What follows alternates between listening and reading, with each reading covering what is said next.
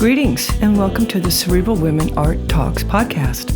I'm Phyllis Hollis, your host. As an extension of my Instagram page, Cerebral Women, this podcast offers insights into the visual art world. I interview artists, mainly artists of color and female artists who will freely articulate what inspires their creativity. In addition, you'll hear interesting perspectives from dedicated art professionals who work with artists and the art institutions that feature them. I'm confident that collectively, these individuals will indeed stimulate your mind as they do our eyes. Please know these interviews are conducted in my Manhattan apartment, so please forgive the background sounds of city life. Welcome to the Cerebral Women Art Talks podcast.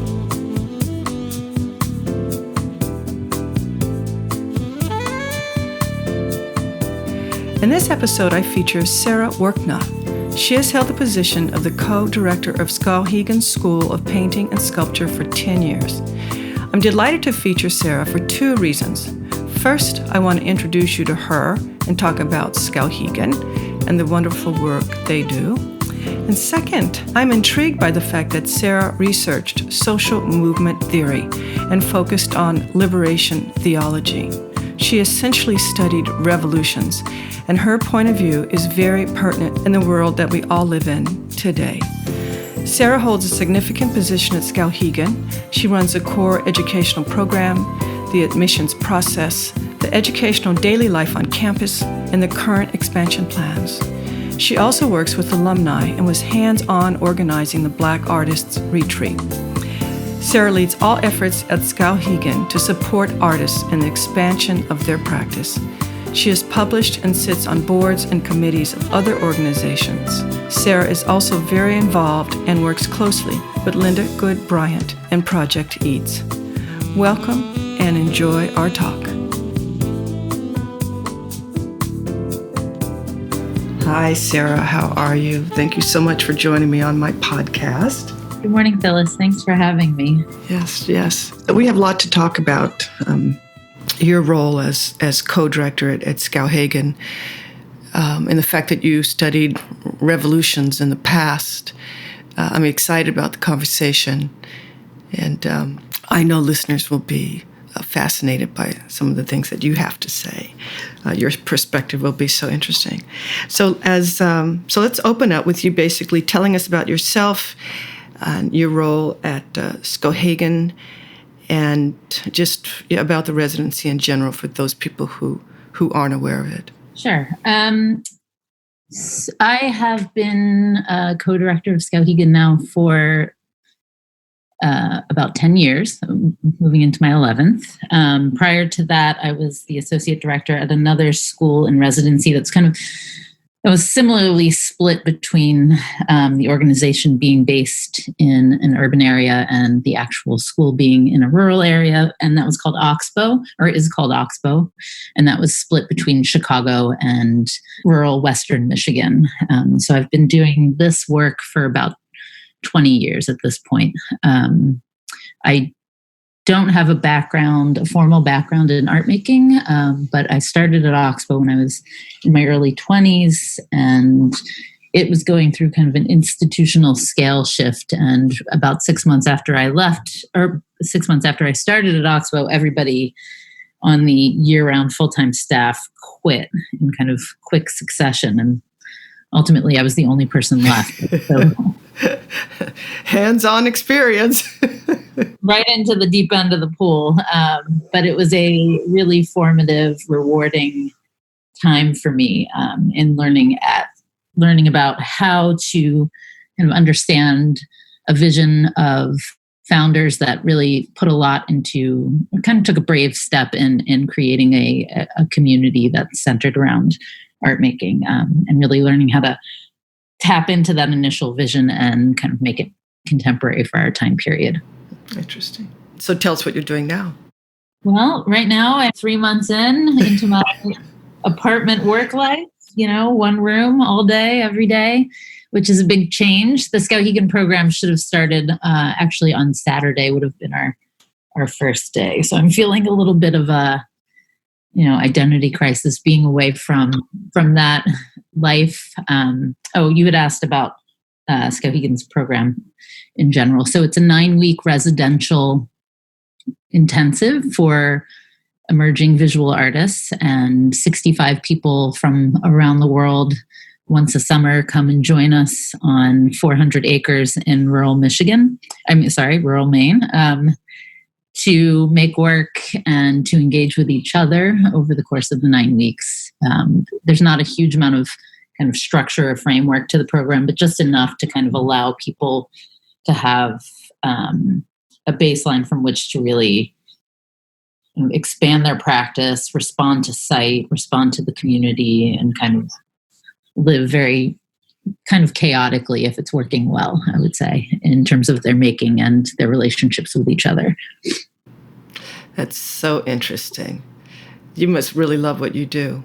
I do. And it's hard to be away from it right now. It's such a special time period that is, often very difficult. It's not easy to live as adults in community like that, but also it's really ultimately very rewarding, I think. And I've watched people really feel empowered and build confidence and kind of restructure their practices in really remarkable ways, just from the gift of time, but also the very specific people that they meet that they wouldn't have otherwise encountered. And that is really the whole purpose. So, is the program rigorous? Again, so it's kind of open-ended. So the rigor comes from the individuals, which I think kind of growing into that rigor for a lot of people is part of why it's so rewarding. You're not often surrounded by only similarly committed human beings all day, every day. When you're at Skowhegan, it's 65 people, but it's closed. So you're not with your family, you're not with your friends, you're not with your kind of typical community that you go to for support. So it's a challenge in that way. And that's where the rigor really comes from, is kind of this individualized kind of stepping out and engagement with others. It must be amazing. 65 artists. It must be very invigorating most of the time. Yeah. I mean, when it's doing its job, it's exhausting, right? Yeah. So you're just going 20 out of 24 hours of the day, in some sense. And that is an invigorating and exhausting process, but it is really, you don't actually, after 20 years of living like that, for me, I would say it's very hard to just return back to regular life, because it's thrilling. And it's also not, it's thrilling and it's not easy. And that is a very specific kind of emotional space to operate from, I would say. You're isolated and it's beautiful. The surroundings are beautiful. Mother Nature, yeah, it must be. So 65 people that anticipated spending their summer, how are they now? How are they dealing with this? I know you're probably pulled in so many different directions at this time. Well, so, we moved into work from home around March 13th, I think, or March 12th was our last day in the office. And at that point, which seems like it was a lifetime ago, we had the time to kind of observe how schools and other residency programs were kind of dealing with kind of the flurry of getting people home and canceling programs and what have you. And so we made the decision very early on to cancel the summer. And we were only about halfway through the admissions process, which is, we received 2,500 applications for the 65 spots this year. And we do a very intensive kind of rigorous admissions process. So we were only about halfway through and could pause it right then and there. A big part of our admissions process is having the ability for the jury to meet in person and really deeply dive into each application through conversation and being together. And so it didn't we could have done it by Zoom, but I feel like we would have lost a lot. And then on top of that, I didn't want to put the applicants in a position of preparing for something that ultimately seemed likely to be canceled anyway. So we just put the brakes on it. So everybody that has applied for 2020 will be considered in full for 2021. And we just rolled everyone over and won't accept additional applications, and no one can change the work that they applied with. But we'll reconsider the entire pool once again, once we are able to like sit down in a room together again. Right. And it hopefully this time next year, hopefully. I know. Hopefully in the June of next year, we'll all be back on campus. I think a big part of it also, that decision process was also thinking about, the diversity of the program is really important, and thinking about limiting who could come or people that couldn't get into the country or all of those things. We didn't want to do that. So hopefully we're in a position in a year from now, although who knows, to kind of be able to reopen in the way that is really foundational to what we do up there. So let's talk about current events. Okay. I'm so curious to hear what your perspective is on things. So let's talk about the protests. And during the conversation, if we could also touch on or share your opinion on how you feel the unemployment rate, the fact that there are so many people that are available to participate. Share with us your opinion on how that also impacts a current day rebellion versus some of the revolutions in the past. Sure. Well, I guess I'll start with my background. As I had mentioned, I didn't study art making or art history or anything as an undergrad or a grad, but I did, as an undergrad, I studied linguistics, which was kind of interesting. An inadvertent base for some of my thinking going forward. I went to the University of Maryland, which has a very rich Chomskyan linguistics program. And, Chomsky is always talking about hierarchies and power and governance, both in his political life, but also in his linguistic life. So I think that was a really kind of, that lens was kind of the base for me to move into what I studied in graduate school, which I went through and did not finish because of the subsequent emptying out of Oxbow from a staff perspective. So I had to put grad school on hold, but I had been studying at DePaul University in Chicago, and they had an interdisciplinary program, which means that I was able to kind of create the course of study that I wanted to.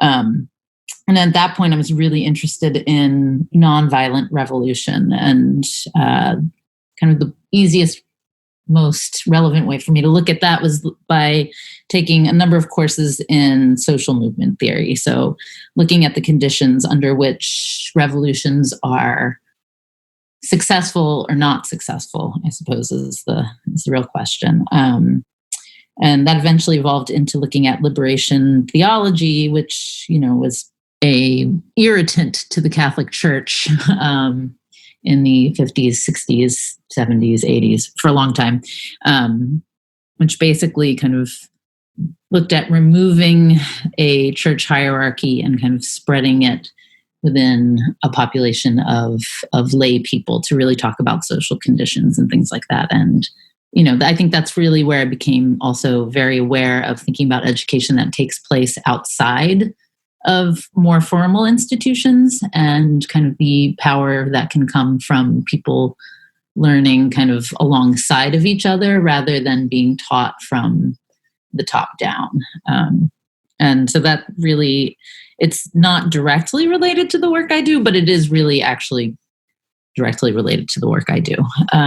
And in terms of our current moment, I'm partially the reason why I studied social movement theory. I was kind of a young activist through high school and early college, and kind of, I started to question how public protests actually functioned in the US at that point, kind of post-Vietnam, post-civil rights, even post kind of AIDS crisis, epidemic with ACT UP and everything. So looking at like what kept us as a population from engaging in the kind of protests that we're actually seeing right now, which is really impressive and exciting and is forcing a lot of conversation and a lot of really meaningful structural change, hopefully.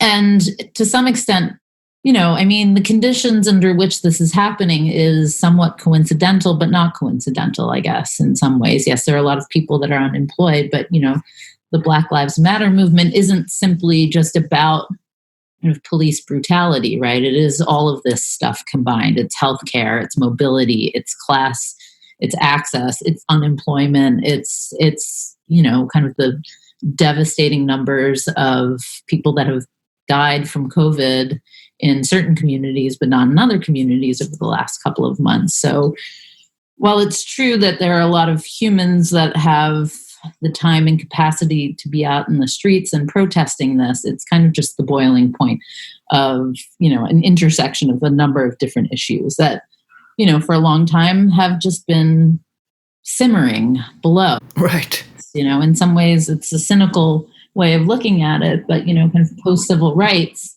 I feel like the oppression of people of color just got kind of more clever. It just got disguised as policing and prison and educational system just got more clever, but all of the same kind of restrictions on our bodies were kind of still there. Not to undervalue kind of the enormous impact of the civil rights movement, but racism is clever, I suppose, in some sense. Yeah. And technology has been helpful. Yeah. To think that we can now, we have proof. Proof that someone killed somebody. Everyone can see. There's no question. Yeah. It's smart tools, different tools. Yeah. Yeah. It is smart and different tools, but it also has its limitations because there are a lot of people, particularly trans people of color, whose deaths aren't documented in the same way. Not yet. Not yet. Yeah, not yet. But things like Instagram and Twitter at least allow us to kind of share the stories that are really important in pushing this kind of forward. But visibility isn't perfect, I guess, is the best way to put it. Right. Any comment on where you think we go from here? I think this is like, there's a lot of anticipation. Sometimes I don't know how much to it's like that thing. You want to believe in it, but then you don't want to believe in it because you don't want to be disappointed. So it's really hard to know. I think that there is a lot of really important legislative stuff happening, and we have to keep the pressure on in that respect. But there's also just a lot of really small work that needs to kind of be tended to in order to make it real. I think we've seen, especially after the civil rights movement, what happens when you legislate change, which you need to do, right? It changes the minds of a lot of people, but you also have to kind of do the person-to-person work to change some of this. And this is 400 years that needs to get undone. It's like it's not going to happen overnight, Yeah, it's bits and pieces. It's nice to see that they are responding well to correcting some of the issues we have with police brutality. Yeah, we're seeing fast results. Yes. Everything in America is always about the money. So how all of it shakes out is there's gonna, we'll see if these kind of the defunding, reallocating funds actually happens in a real meaningful way, because it's not just about the police, right? And it has to be also related to how people live, what they have access to in terms of education, how people can grocery shop, or how people can vote. It's so deep. Mm-hmm. All of the restructuring has to happen in order to make all of that really meaningful in some sense. It's obviously, it is really important that the police stop killing people, but there's also daily life that also has to kind of be reconfigured. Right. I'm optimistic, hopeful, all those things. I'm always hopeful. I would say that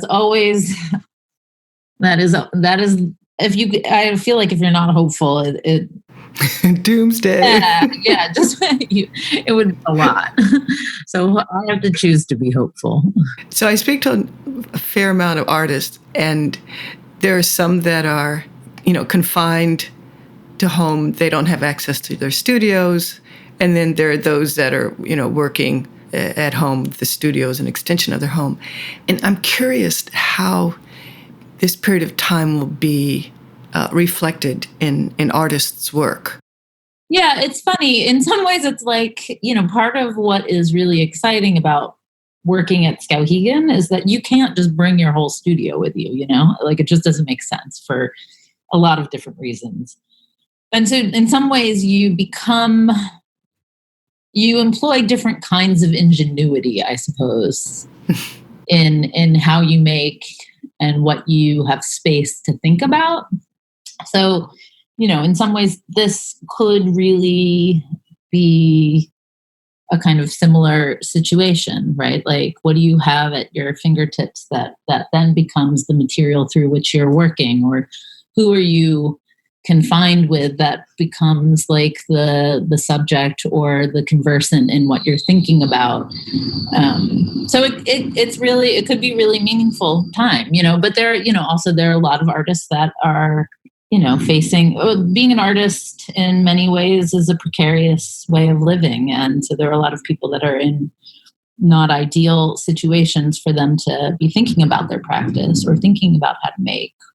And, I think one of the good things also about Skowhegan is that you don't necessarily, it removes the pressure of seeing an immediate result and really is thinking about like kind of an incubation period within, like even within a body, in some sense. So like what comes out of this, we might not see the effects of immediately, but we may see in 5 years, for those especially that have been kind of further put into unstable circumstances where making isn't necessarily the easiest or first part of their lives at this moment. So, I mean, I find it really thrilling to think about what the art world will look like. And, obviously lots of other things are getting questioned at this moment too. The overlap between COVID and the protests right now is that, this is an opportunity to question lots of different economic models and how museums function and how galleries function and what are the expectations of artists of color versus the expectations of, non-artists of color. So there's all kinds of ways in which this could be really explosive for the art world in a good way. Yeah, I'm happy to be alive. Me too. To witness think I would ever see this. I had some great hope during Occupy, that seemed like a really significant moment and one that we hadn't seen really in a long time. And, for whatever reason that I think it had a lot of effect in changing the conversation in the country. But this feels very different and really, really promising. And long lasting. I wonder how long the protests will continue. There's some interesting things happening around the U.S.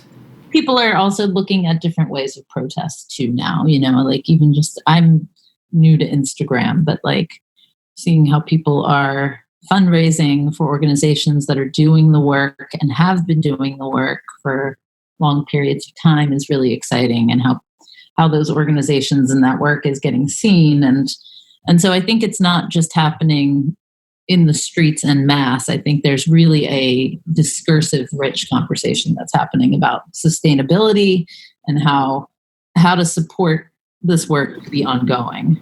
Mm-hmm. Well, next year you'll get to explore all of that, huh?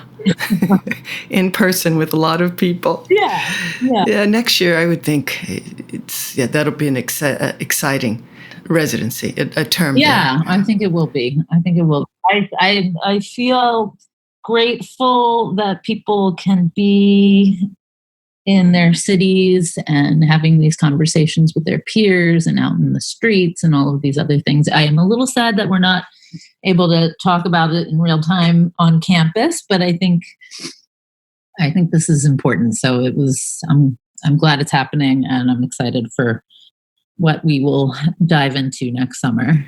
Mm-hmm. So this has been a great conversation. It's nice to have a positive spin on the world today. Yeah. Well, we all need it. I think that's another part of, we talk a lot about self-care, but I think optimism, it goes a long way.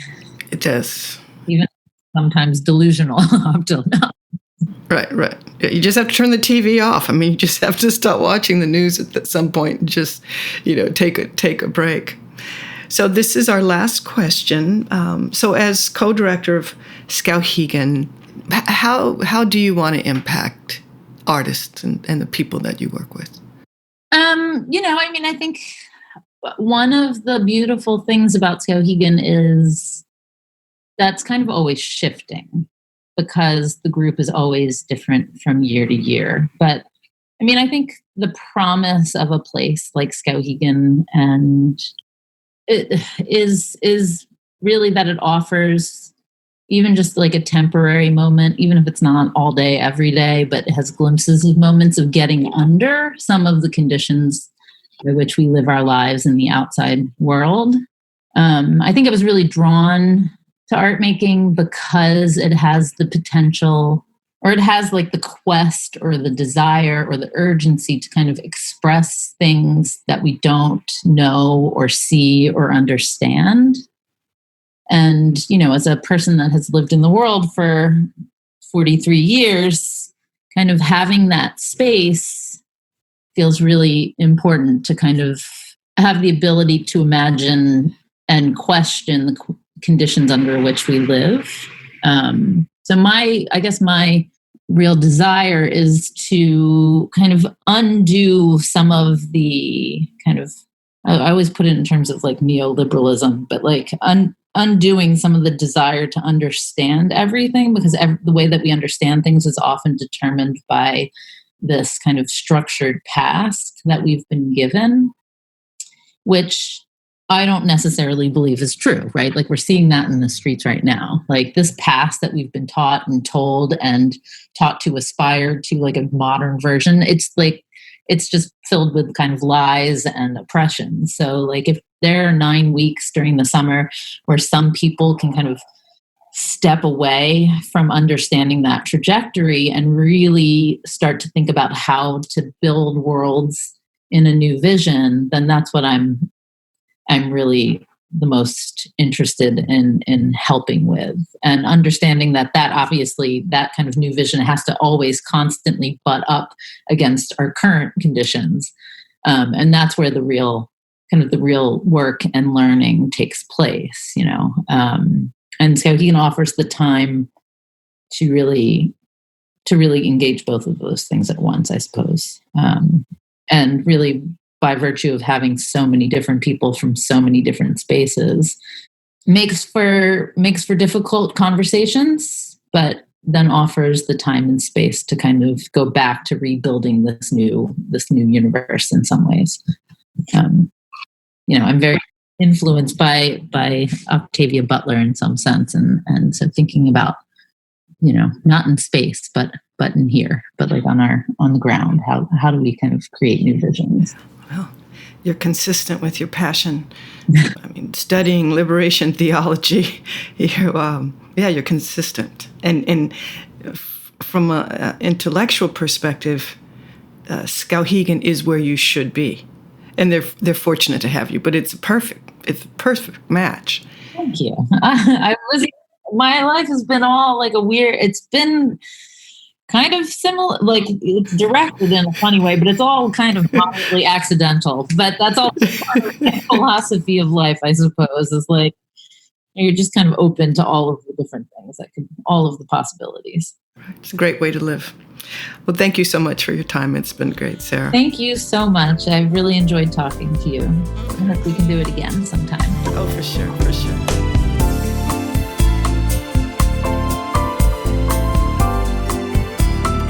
Thank you for listening to Cerebral Women Art Talks podcast.